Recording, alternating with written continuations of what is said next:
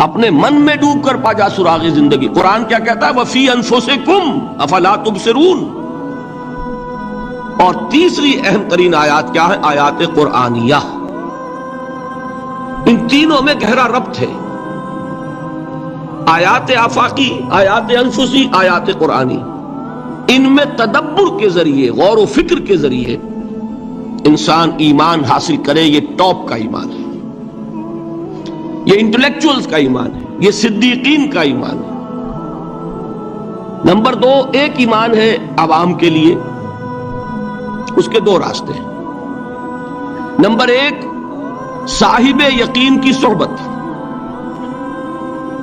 جس کے اندر یہ ایمان پیدا ہو چکا ہو، آپ اس کے قریب رہیے۔ اگر بھٹی کے سامنے بیٹھیں گے حرارت پہنچے گی، اگر آپ برف کی سل کے قریب ہوں گے ٹھنڈ پہنچے گی۔ صاحب ایمان کی صحبت اختیار کریں گے، ایمان سرایت کرے گا۔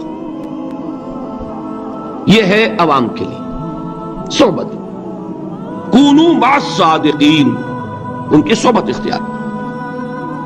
تیسرا ذریعہ ہے جو ہمارے لیے خاص طور پر جو مسلمان پیدا ہوئے ہیں۔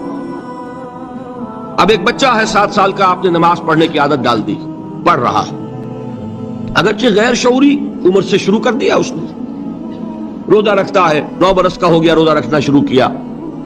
یہ اعمال جو ہیں ان سے بھی ایک یقین پیدا ہوتا ہے۔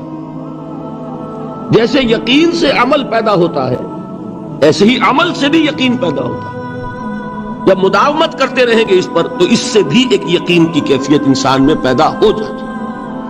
سورہ حجرات میں جو بحث آئی ہے اس کے آخر میں یہی ہے کہ اے نبی، یہ بدو جو دعوے دار ہیں ایمان کے، یہ آپ پر احسان دھر رہے ہیں۔ یمنون علیک ان اسلموا قل لا تمنوا علی اسلامکم بل اللہ یمن علیکم ان ہداکم للایمان ان کنتم صادقین۔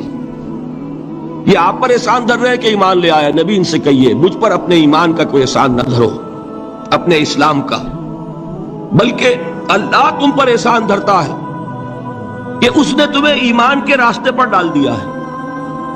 جب اسلام پر آ گئے ہو تو عمل کرتے رہو گے، ان تطیعوا اللہ ورسولہ، اگر عمل کرتے رہو گے تو اس عمل کے ذریعے سے بھی تمہارے اندر ایمان پیدا ہو جائے گا۔ تو یہ 3 راستے ذہن میں رکھیے۔